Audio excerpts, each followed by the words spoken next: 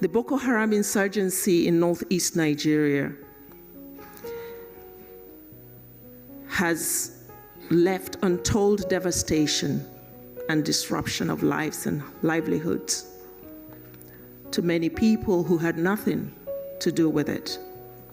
Extreme violence has eroded and in some cases ruptured the bonds and relationships within groups and communities, with the poorest and the most vulnerable bearing the greatest brunt.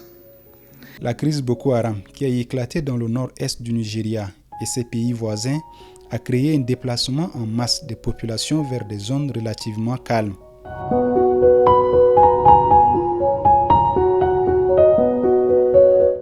Ainsi, au cours des 10 dernières années, près de 10 millions de personnes ont dû abandonner leur localité à cause des exactions. Au Tchad, les provinces du Lac et du Hadjer-Lamis sont frappées de plein fouet par l'insécurité, les tensions intercommunautaires et une pression démographique importante sur les ressources disponibles. Ces deux provinces ont un taux de pauvreté très élevé et un accès aux services sociaux de base limité. Pour soutenir le gouvernement tchadien dans ses efforts de stabilisation et de restauration de la confiance entre les structures étatiques et les populations, le Programme des Nations Unies pour le développement PNUD, avec l'appui de ses différents partenaires techniques et financiers, a initié le projet Facilité régionale de stabilisation pour le bassin du lac Tchad. With support from our development partners, UNDP and the UN system as a whole is supporting interventions on stabilization across the 4 LCBC countries. Interventions make possible a critical injection of integrated services in needy areas, focusing on strengthening the social contract, increased access to basic services, and livelihood revitalization. As we focus on stabilization in the region, UNDP's contribution is also preparing the ground for longer-term transformation and sustainability by working with LCBC national governments and other UN entities as well as private sector.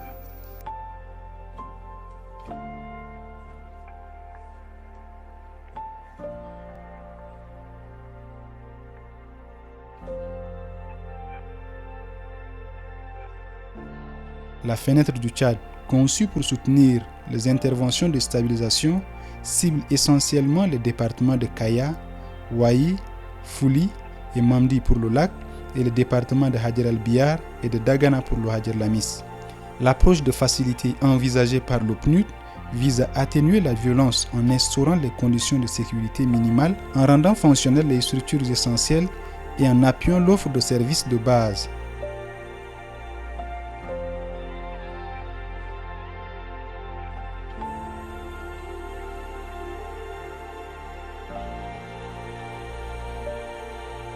Aussi, le PNUD entend à travers ce projet stimuler les moyens de subsistance nécessaires pour renforcer le développement local, le secteur privé, la création d'emplois et la cohésion sociale.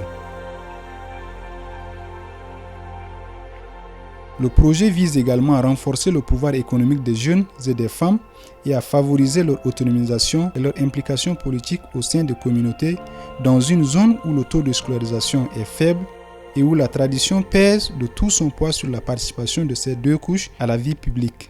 La femme, c'est la mère de la nation. C'est un être qui a été minimisé. Il y a le poids de la tradition et maintenant la femme est sortie de la coquille et elle ne va plus retourner dans cette coquille.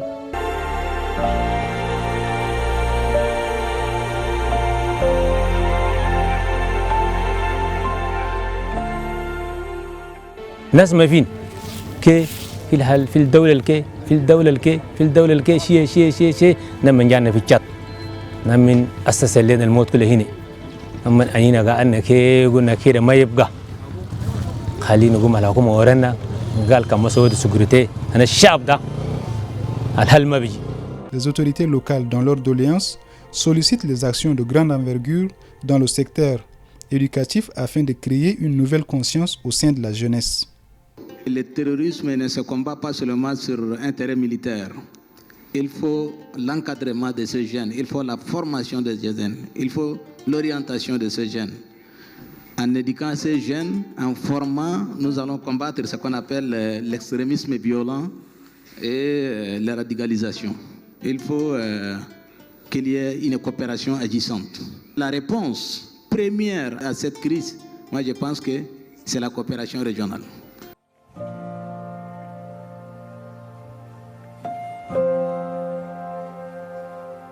Dans le cadre de cette facilité de stabilisation, une attention particulière sera portée sur les départements de Mamdi et Aras El Biar.